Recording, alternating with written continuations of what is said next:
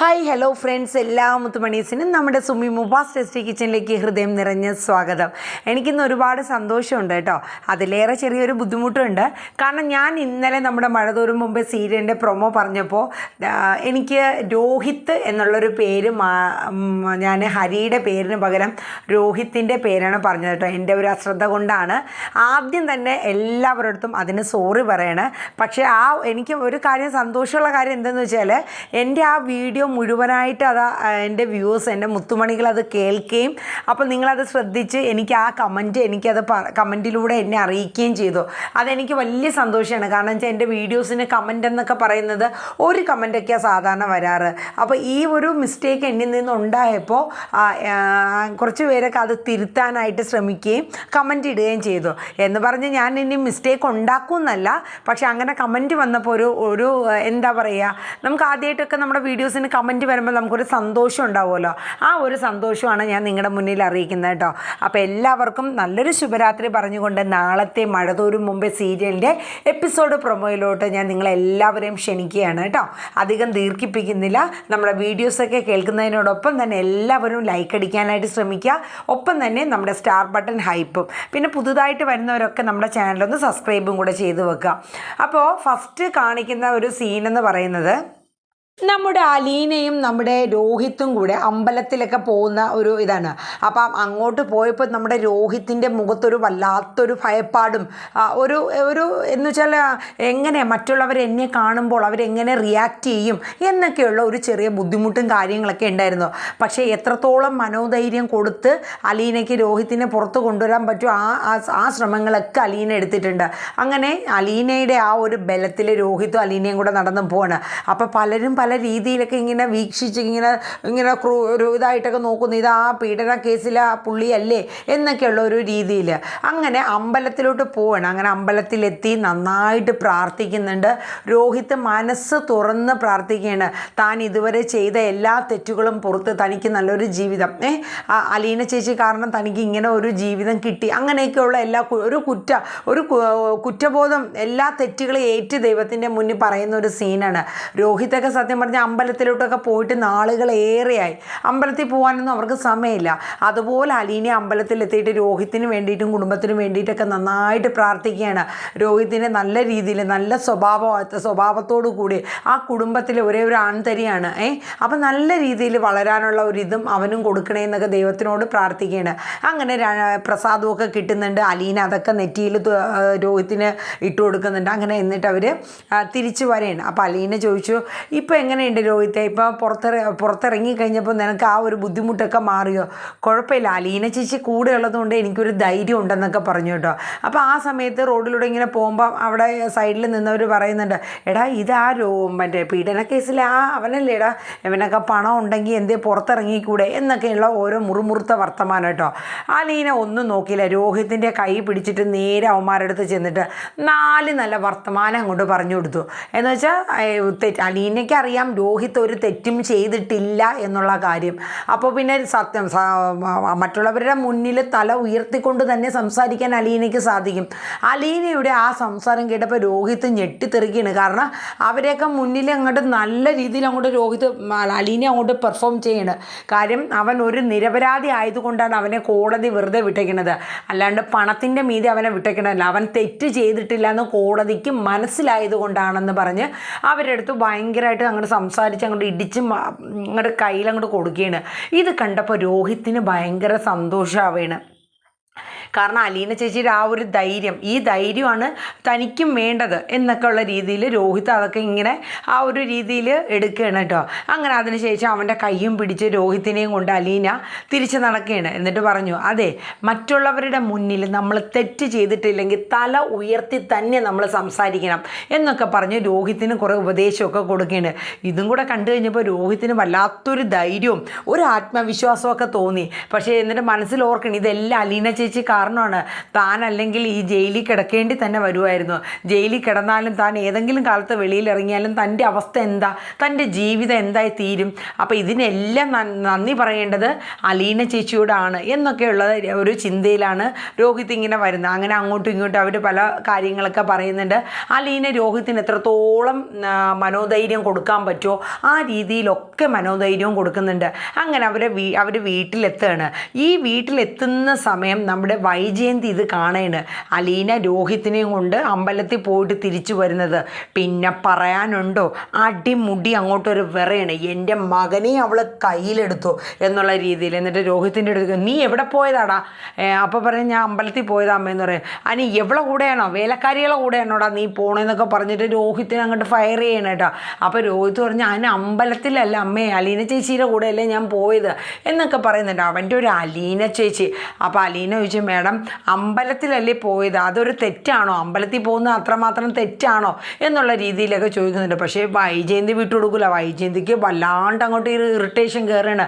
എൻ്റെ മക്കളെ രണ്ടുപേരെ അവൾ കയ്യിലെടുത്തു, മകനെയും കൂടെ കയ്യിലെടുത്തു എന്നുള്ള ഒരു ചിന്തയിൽ അലീനേരെ മെക്കിട്ട് കയറിയാണ്. അപ്പം രോഹിത് പറയുന്നുണ്ട് അമ്മ അലീന ചേച്ചീനെ വഴക്ക് പറയണ്ട അമ്മ എന്നൊക്കെ പറയുന്നുണ്ട്. അതെ നീയൊക്കെ കൂടിക്കോടാ, നിങ്ങളൊക്കെ എല്ലാവരും ഒരുമിച്ച് ഒറ്റക്കെട്ടായിട്ട് നിന്നോ എന്നൊക്കെ പറഞ്ഞ് വൈജ കിടന്ന് ഷൗട്ട് ചെയ്യണം. വൈജയ്ക്ക് ഇതൊരിക്കലും ഒരു അംഗീകരിക്കാൻ പറ്റുന്ന ഒരു കാര്യമല്ല. കാരണം തനിക്കെല്ലാം നഷ്ടപ്പെട്ടു. തൻ്റെ ഭർത്താവ്, തൻ്റെ കുടുംബം, തൻ്റെ മക്കൾ 3 പേരും തനിക്ക് നഷ്ടമായി എന്നുള്ളൊരു ഒരു ബുദ്ധിമുട്ട് വൈജയനെ വല്ലാണ്ട് ഒലക്കിയായിരുന്നു മനസ്സിനെ. അത് കഴിഞ്ഞ് പിന്നെ കാണിക്കുന്നത് നമ്മുടെ സൗദാമിനി അമ്മയാണ്. അപ്പോൾ സൗദാമിനി അമ്മയ്ക്ക് പലരിൽ നിന്നും കേട്ട ഒരു സംസാര രീതി വെച്ചിട്ട് ഈ അലീന വൈജയന്തിയുടെ മകളാണ് എന്നൊരു സംശയം. അങ്ങനെ നമ്മുടെ മനു നമ്മുടെ സൗദാമിനി അമ്മയുടെ റൂമിലോട്ട് വരികയാണ്. വരുന്ന സമയത്ത് സൗദാമിനി അമ്മ പറയുന്നുണ്ട് മനു നീ ഇവിടെ ഇരിക്കുക, എനിക്ക് നിന്നോട് കുറച്ച് കാര്യങ്ങളൊക്കെ സംസാരിക്കാനുണ്ട്, എന്താ മുത്തശ്ശി പറയുമെന്ന് പറയുന്നുണ്ട്. അപ്പോഴേ സൗദാമിനി അമ്മയുടെ മനസ്സിൽ തോന്നുന്ന കാര്യങ്ങളിങ്ങനെ അലീന വൈജയന്തിയുടെ മകളാണോ മനു എന്നിങ്ങനെ ചോദിക്കുകയാണ്. അപ്പോൾ മുത്തശ്ശിക്ക് എന്താ തോന്നിയത്? അല്ല എനിക്ക് നിങ്ങളുടെ സംസാരങ്ങളിൽ നിന്നെല്ലാം എനിക്ക് മനസ്സിലാവുന്നുണ്ട് അലീന വൈജയന്തിയുടെ മകളാണ് എന്നുള്ളത്. മുത്തശ്ശി കഴിഞ്ഞ ദിവസം ഞാനും മുത്തശ്ശിയും കൂടെ സംസാരിച്ച സമയത്ത് അലീനയെക്കുറിച്ച് പറഞ്ഞപ്പോൾ എവിടെയോ പിഴച്ചുണ്ടായ ഒരുത്തിക്ക് ഉണ്ടായ പെൺകുട്ടിയല്ലേ അലീന. അലീനയുടെ സ്വഭാവമൊക്കെ നല്ലതാണ്, പക്ഷേ അവളുടെ അമ്മ കൊള്ളില്ല എന്ന് പറഞ്ഞു. ആ പറഞ്ഞത് ആരെയാ അപ്പോൾ എന്നുള്ള രീതിയിലൊക്കെ മനു സംസാരിക്കുകയാണ്. പക്ഷേ സൗദാമിനി അമ്മയുടെ കണ്ണുകൾ അങ്ങ് നിറയാണ്. കാരണം തൻ്റെ മകളുടെ കുട്ടിയായിരുന്നു ഇത്രയും നാളും തൻ്റെ അടുത്തുണ്ടായിരുന്നത്. അപ്പം ആ മകളെയാണോ വേലക്കാരിയെ പോലെ ഈ കുടുംബത്ത് വന്നതും തന്നെ ശുശ്രൂഷിച്ചതും എല്ലാവരും ചേർന്ന് ഒറ്റപ്പെടുത്തിയെന്നൊക്കെയുള്ള ചിന്തയോടുകൂടി സൗദാമിനി അമ്മ കരയണം. അപ്പം മനു പറഞ്ഞ മുത്തശ്ശി കരയണ്ട, ഈ സത്യം പറഞ്ഞ ബാലചന്ദ്രൻ അങ്കിളിനും കൃഷ്ണമോക്കും പിന്നെ എനിക്കും അച്ഛനും വലിയച്ഛനും അങ്കിളിനും ഒക്കെ അറിയുള്ളൂ എന്നൊക്കെ ഇങ്ങനെ പറയണ്ട.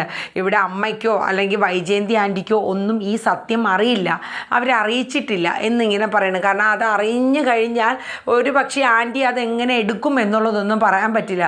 സൗദാമിനി അമ്മയ്ക്ക് ഒന്നും പറയാൻ പറ്റാണ്ടായിപ്പോൾ. കാരണം എന്ന് വെച്ചാൽ ഇത്രയും നാളും അങ്ങനെ ആ ഒരു രീതി, ഒരു ഹോം നേഴ്സായിട്ട് വന്ന കുട്ടിയല്ലേ, ആ ഒരു പരിഗണനയും ആ ഒരു സ്നേഹമൊക്കെയാണ് കൊടുത്തത്. പക്ഷേ തൻ്റെ സ്വന്തം ചെറുമകളാണ് രാവുണ്ണിയേട്ടൻ, അതായത് സൗദാമിനി അമ്മയുടെ ഭർത്താവ് കൊണ്ടുവന്ന് ഈ വീട്ടിൽ നിർത്തിയത് സ്വന്തം പേരക്കിടാവിനെ ആയിരുന്നു എന്നുള്ള സത്യം സൗദാമിനി അമ്മ അപ്പോഴാണ് അറിയുന്നത്. അതൊരു വല്ലാത്തൊരു ഫീലിങ്സ് ആയിരുന്നു സൗദാമിനി അമ്മയ്ക്ക്. അങ്ങനെ മനു കാര്യങ്ങളൊക്കെ പറയുന്നുണ്ട്, മുത്തശ്ശിനെ ആശ്വസിപ്പിക്കുന്നുണ്ട്. ആ ഒരു സീൻ അങ്ങനെയാണ്. അത് കഴിഞ്ഞ് പിന്നീട് കാണിക്കുന്നത് ഒരു പുതിയ കഥാപാത്രം വരുന്നുണ്ട്, ഉർമിള നായർ എന്ന് പറഞ്ഞിട്ട്. അതായത് അവർ ത്യാഗഭവനി വരുന്നതാണ്. അവർക്കും വർഷങ്ങളായിട്ട് കല്യാണം കഴിഞ്ഞ് മക്കളില്ലാത്ത ദമ്പതികളാണ്. അപ്പം അവരും അവരുടെ ഭർത്താവും കൂടെ ഈ ത്യാഗ ഇതിൽ വരെയാണ്. അതൊരു ഓർഫണേജ് ആണല്ലോ. അപ്പോൾ അവിടെ നിന്ന് ഒരു കുട്ടിയെ ദത്തെടുക്കാൻ വേണ്ടിയിട്ടാണ്. അപ്പോൾ കഴിഞ്ഞ ദിവസം ഈ ത്യാഗ നികേതത്തിലുള്ള ഒരു സിസ്റ്ററുമായിട്ട് ഈ ഉർമിള നായർ സംസാരിക്കുകയുണ്ടായി, ഒരു കുഞ്ഞിനെ ദത്തെടുക്കണം. അപ്പോൾ അതിൻ്റെ പേപ്പർ ഭാഗങ്ങൾ കാര്യങ്ങളൊക്കെ അവരെല്ലാം റെഡിയാക്കി നാളെ വരാൻ പറഞ്ഞാണ് അവർ ഭാര്യയും ഭർത്താവും കൂടെ ഈ സദനത്തിൽ വരുന്നത്. അപ്പോൾ വന്നു കഴിഞ്ഞ് സിസ്റ്ററെ കാണുകയാണ്. സിസ്റ്ററെ കണ്ട് അവർ കാര്യങ്ങളൊക്കെ സംസാരിക്കുന്നു. അപ്പോൾ സിസ്റ്റർ ചോദിക്കുന്നുണ്ട് ആ ഉർമിളാദേവിയുടെ അടുത്ത്, മാഡം പേപ്പറും കാര്യങ്ങളൊക്കെ കൊണ്ടുവന്നിട്ടുണ്ടോ, പിന്നെ നിങ്ങൾക്ക് ആൺകുട്ടിയാണോ അതോ പെൺകുട്ടിയാണോ നിങ്ങൾ ദത്തെടുക്കാൻ ആഗ്രഹിക്കുന്നതെന്ന് ചോദിക്കുന്നുണ്ട്. അപ്പോൾ ഉർമിള നായർ പറഞ്ഞു, അത് ഞങ്ങൾ അങ്ങനെ പ്രത്യേകിച്ച് തീരുമാനിച്ചിട്ടൊന്നും ഇല്ല എന്ന് പറഞ്ഞു. ഈ സമയത്താണ് നമ്മുടെ ചിന്നുമോള് അവിടേക്ക് വരുന്നത്. വന്നിട്ട് സിസ്റ്ററുടെ കൈയും പിടിച്ചിട്ട് കുറച്ച് നേരം ഇരുന്ന് ഇങ്ങനെ കൊഞ്ചു കുഴയുന്ന സീനൊക്കെ കണ്ടു കേട്ടോ. അപ്പോൾ ഇത് കണ്ടപ്പോൾ ഉർമിളാദേവിക്ക് ഒരു വല്ലാത്തൊരു മോഹം. കാരണം മക്കളില്ലാത്തൊരു ദമ്പതികളാണ്. അപ്പോൾ ഒരു കുഞ്ഞിനെ കാണുമ്പോൾ അവരുടെ ഉള്ളിലൊരു ഓമനത്വം, ലാളിക്കാനുള്ള ഒരു മനസ്സൊക്കെ വരുമല്ലോ. അപ്പോൾ ആ ഒരു ഫീലിങ്സ് ആ അമ്മയുടെ ആ സ്ത്രീയുടെ ഉള്ളിൽ വരെയാണ്. കാരണം തനിക്കും ഇതുപോലെ ഒരു കുഞ്ഞുണ്ടായിരുന്നെങ്കിൽ ഇതുപോലെ ലാളിച്ച് സ്നേഹിച്ച് അതിനെയും വളർത്താമായിരുന്നു എന്നുള്ളൊരു ഇതാണ്. അത് കഴിഞ്ഞ് ചിന്നുമോൾ അവിടെ നിന്ന് അങ്ങ് പോവാണ്. കുറച്ച് നേരമൊക്കെ നിന്നിട്ട് അങ്ങ് പോവാണ്. അപ്പോൾ ആ സമയത്ത് ഉർമിള നായർ ആ സിസ്റ്റർ അടുത്ത് ചോദിച്ചു, ഈ കുഞ്ഞിനെ എനിക്ക് ദത്തെടുക്കാൻ പറ്റുമോ, എനിക്ക് ഈ കുഞ്ഞിനെ വല്ലാണ്ട് മനസ്സുകൊണ്ട് ഇഷ്ടമായി എന്നൊക്കെ പറയുന്നുണ്ട്. അപ്പോൾ സിസ്റ്റർ പെട്ടെന്ന് തന്നെ, കാരണം ചിന്നുമോൾ അവരുടെ എല്ലാ സിസ്റ്റർമാരുടെയും പെറ്റാണ്. അപ്പോൾ പെട്ടെന്ന് ചിന്നുമോളെ കൊണ്ടുപോകുമെന്ന് പറയുമ്പോൾ അവർക്കും ഒരു വല്ലാത്ത ബുദ്ധിമുട്ടാണ്. അപ്പോൾ സിസ്റ്റർ പറഞ്ഞു, ഈ കുട്ടീനെ ഇവിടെ ഏൽപ്പിച്ചിരിക്കുന്ന 2 പെൺകുട്ടികളാണ്. സ്നേഹനികേതത്തിൽ ഉണ്ടായിരുന്ന അനാഥരായ 2 പെൺകുട്ടികളാണ് ഈ ത്യാഗഭവനിൽ കൊണ്ടുവന്ന് ഈ കുട്ടീനെ ഏൽപ്പിച്ചിരിക്കുന്നത്. അപ്പോൾ അവരെ കൂടെ എനിക്ക് ചോദിച്ചിട്ടൊക്കെ അതിൻ്റെ ഇത് പറയാൻ പറ്റുള്ളൂ എന്ന് ആ സിസ്റ്റർ ഉർമിള നായരുടെ അടുത്ത് പറയുകയാണ്. അപ്പോൾ ഉർമിള നായർ പറഞ്ഞു, ഒരു കാര്യം ചെയ്യൂ സിസ്റ്റർ, ആ കാര്യങ്ങളും മറ്റുമെല്ലാം ഒന്ന് അവരുമായിട്ട് വിളിച്ച് സംസാരിച്ചിട്ട് എന്നോട് ഒന്ന് പറഞ്ഞാൽ മതി, എനിക്ക് എന്തായാലും ഈ കുഞ്ഞിനെ ഒരുപാട് ഇഷ്ടമായി എന്നൊക്കെ ഇങ്ങനെ പറയുന്നുണ്ട്. അപ്പോൾ ശരിയെന്ന് പറഞ്ഞ് അവരവിടെ നിന്ന് ഇറങ്ങുകയാണ്. ആ ഉർമിള നായരും അവരുടെ ഹസ്ബൻഡും അവിടെ നിന്ന് ഇറങ്ങുകയാണ്. അത് കഴിഞ്ഞ് നമ്മുടെ സിസ്റ്റർ നമ്മുടെ രേവതി കുട്ടിയെ വിളിക്കുകയാണ്. രേവതിയെ കുട്ടിയെ വിളിച്ചിട്ട് ഇങ്ങനെ പറയുന്നുണ്ട്, മോളെ ഇങ്ങനെ നമ്മുടെ ചിന്നുക്കുട്ടിയെ ദത്തെടുക്കാൻ വേണ്ടിയിട്ട് ഒരു ഫാമിലി വന്നിട്ടുണ്ട്, കുഴപ്പമില്ലാത്തൊരു ഫാമിലിയാണെന്ന് അതിൻ്റെ ഡീറ്റെയിൽസും കാര്യങ്ങളൊക്കെ രേവതി കുട്ടിയുടെ അടുത്ത് പറയുകയാണ്. രേവതി കുട്ടിക്ക് സത്യം പറഞ്ഞാൽ കേട്ടപ്പോൾ തന്നെ വല്ലാത്തൊരു സന്തോഷം തോന്നി. കാരണം അവളെ സ്നേഹിക്കാൻ ഒരു അച്ഛനും അമ്മയും നല്ലൊരു സൗഭാഗ്യങ്ങളും എല്ലാം കിട്ടട്ടെ, ഈ ഒരു പ്രായത്തിൽ തന്നെ കിട്ടുന്ന അത്രയും നല്ലൊരു കാര്യമല്ലേ. അപ്പോൾ രേവതി കുട്ടിക്ക് ഫസ്റ്റ് ടൈം കേട്ടപ്പോൾ ഭയങ്കര സന്തോഷമായി.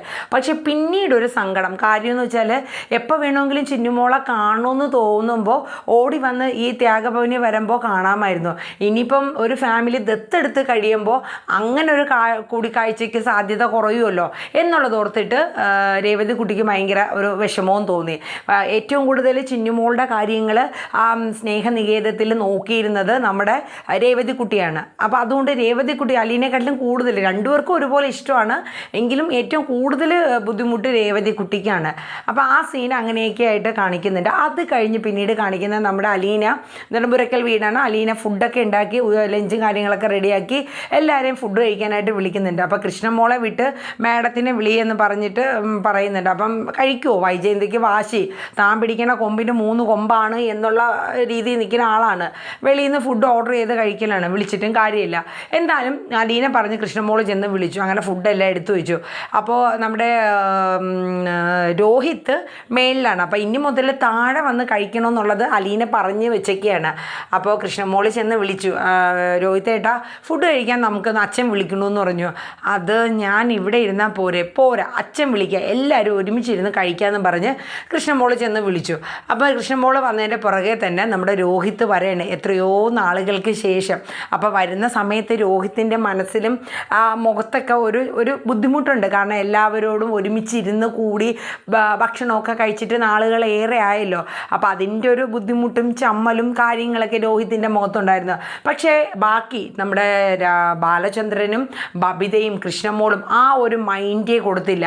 രോഹിത്തിനെ എന്നും വരും പോലെ തന്നെ, രോഹിത്ത് വന്ന് കഴിക്കാനിരിക്കും പോലെ തന്നെ ആ ഒരു ഇരിക്കലൊക്കെ ഇരിക്കുകയാണ്. അപ്പോൾ അലീന എല്ലാവർക്കും ഫുഡും എല്ലാം വിളമ്പി അങ്ങോട്ട് കൊടുക്കുകയാണ്. അപ്പം ബാലേന്ദ്രൻ പറയും, എന്തിനാടി മോളെ നീ മാറി നിൽക്കണേ, നീയും കൂടെ ഇങ്ങോട്ട് വന്നേ, നമുക്ക് എല്ലാവർക്കും ഒരുമിച്ചിരുന്ന് കഴിക്കാം.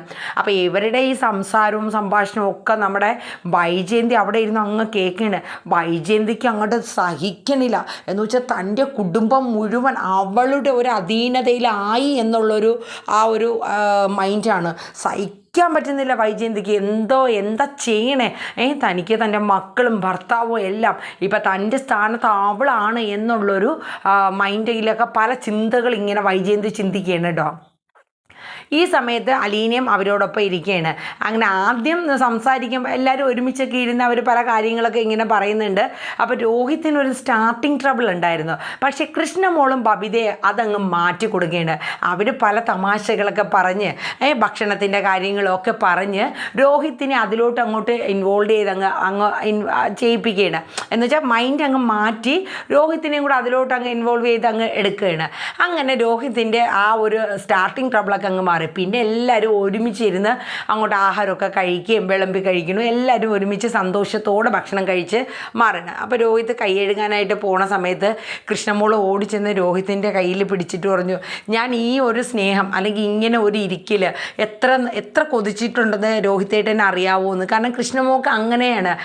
അവളൊരു സ്കൂളിൽ പഠിക്കുന്ന കുട്ടിയാണെങ്കിൽ അവളുടെ ആ ഒരു ഏട്ടൻ്റെ സ്നേഹം അല്ലെങ്കിൽ ഒരു അമ്മയുടെ സ്നേഹം അതൊന്നും അവൾക്ക് ശരിക്കും കിട്ടിയിട്ടില്ല.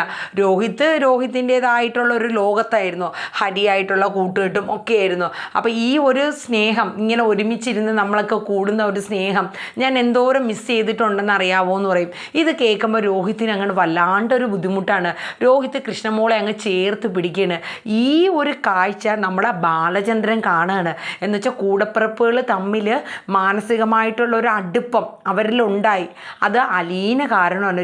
ബാലചന്ദ്രനും ഒരു വല്ലാത്തൊരു മൈൻഡിനും വല്ലാത്തൊരു ഇമോഷനൊക്കെ വരണം കേട്ടോ. അപ്പോൾ അതൊക്കെ കണ്ടപ്പോൾ ബാലചന്ദ്രൻ ഭയങ്കര അപ്പം രോഹിത്ത് അവർ മൂന്നുപേരും കൃഷ്ണമോളും ബബിതയും രോഹിത്ത് അവർ അങ്ങ് ഒരുമിച്ചിരുന്ന് അവർ പല കാര്യങ്ങളും അങ്ങ് സംസാരിക്കുകയും ഒക്കെ ചെയ്യണം. ഇത് കണ്ട് ബാലചന്ദ്രൻ നേരെ അലീനയുടെ അടുത്തോട്ട് ചെല്ലുകയാണ്. എന്നിട്ട് അലീനേനെ മാറ്റി നിർത്തിയിട്ട് അവളുടെ കൈ എടുത്തിട്ട് അലീനയോട് പറയണേ, നിനക്കറിയോ മോളെ, എൻ്റെ മക്കൾ കാണിക്കുന്ന ഈ ഒരു സ്നേഹം, അവർ തമ്മിലുള്ള ആ ഒരു പൊരുത്തം, ഇതെല്ലാം നീ കാരണമാണ്. എൻ്റെ മനസ്സിപ്പോൾ എന്ത് സന്തോഷിക്കുന്നതെന്ന് നിനക്കറിയാവോ? അയ്യോ അച്ഛൻ എന്തിനാ ഇങ്ങനെയൊക്കെ പറയണം? അവരെൻ്റെ കൂടപ്പിറപ്പല്ലേ, അവർ ഒരുമിച്ച് സ്നേഹിച്ച് വളരേണ്ടവരല്ലേ. ആ ഒരു സ്നേഹം അവരിൽ എന്നും ഉണ്ടാവും. അതെൻ്റെ കടമയല്ലേ അച്ഛൻ അങ്ങനെ ആക്കിയെടുക്കേണ്ടത്. എനിക്കെന്തെങ്കിലും സംഭവിച്ചാലും മോളെ എനിക്കിനി ഒരു പേടിയില്ല. കാരണം ഈ കുടുംബം മുന്നോട്ട് കൊണ്ടുപോകാൻ നീ ഒരാൾ മതി. അച്ഛൻ അങ്ങനത്തെ സംസാരമൊന്നും സംസാരിക്കില്ലേ എന്നൊക്കെ പറഞ്ഞിട്ട് അലീന ബാലചന്ദ്രനെ വഴക്ക് പറയുന്ന സീനൊക്കെയാണ് കേട്ടോ. അപ്പം ഏകദേശം നാളെ വരുന്ന എപ്പിസോഡിൽ ഈ ഒരു സീനൊക്കെയാണ് വരുന്നത്. പിന്നെ മിക്കവാറും നമ്മുടെ ചിന്നുമോളെ ആ ഉർമിള നായരും ഫാമിലിയും അവസാനം ദത്തെടുക്കുന്ന സീനൊക്കെ വരുന്നുണ്ട്. പക്ഷേ ഇതിൽ വേറൊരു ട്വിസ്റ്റും കൂടെ ഉണ്ട്. ഈ ചിന്നുകുട്ടി എന്ന് പറയുന്നത് നമ്മുടെ ഷെറിൻ്റെയും ജിജോയുടെയും നമ്മുടെ ഗ്രേസമ്മയുടെ മാമച്ചൻ്റെ മകനില്ലേ, അവരുടെ രണ്ടുപേരുടെയും കുട്ടിയാണ്. ഷെറിൻ്റെയും ജിജു ആണെന്ന് തോന്നുന്നു കേട്ടോ, പേര് ഞാൻ മറന്നു. എനിക്ക് പേര് അങ്ങോട്ടും ഇങ്ങോട്ടും മാറിപ്പോയെങ്കിൽ ഒന്ന് ക്ഷമിക്കണേ മുത്തുമണിയല്ലേ.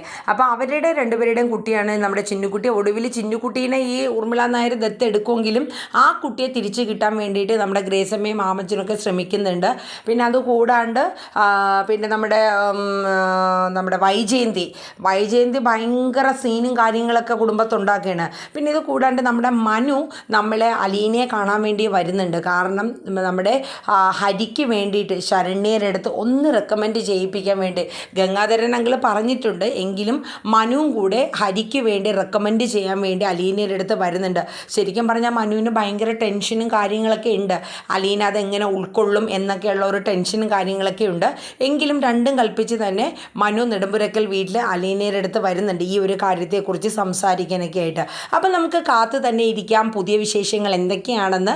ഇനിയിപ്പോൾ ഈ പറഞ്ഞതിൽ എന്തെങ്കിലുമൊക്കെ പേര് അങ്ങോട്ടും ഇങ്ങോട്ടും മാറിപ്പോയെങ്കിൽ എൻ്റെ മുത്തുമണി ഒന്ന് ക്ഷമിക്കണം കേട്ടോ. അപ്പോൾ എല്ലാവരും ലൈക്ക് ചെയ്യുക, ഹൈപ്പ് ചെയ്യുക, നിങ്ങളുടെ അഭിപ്രായങ്ങൾ കമൻറ്റ് ബോക്സിൽ രേഖപ്പെടുത്തുക. നല്ലൊരു ശുഭരാത്രി പറഞ്ഞുകൊണ്ട് നാളെ വരാനിരിക്കുന്ന മഴതോരും മുമ്പേ സീരിയലിൻ്റെ എപ്പിസോഡ് പ്രൊമോ ഇവിടെ വൈൻഡപ്പ് ചെയ്യുന്നു. Good night, sweet dreams, bye bye.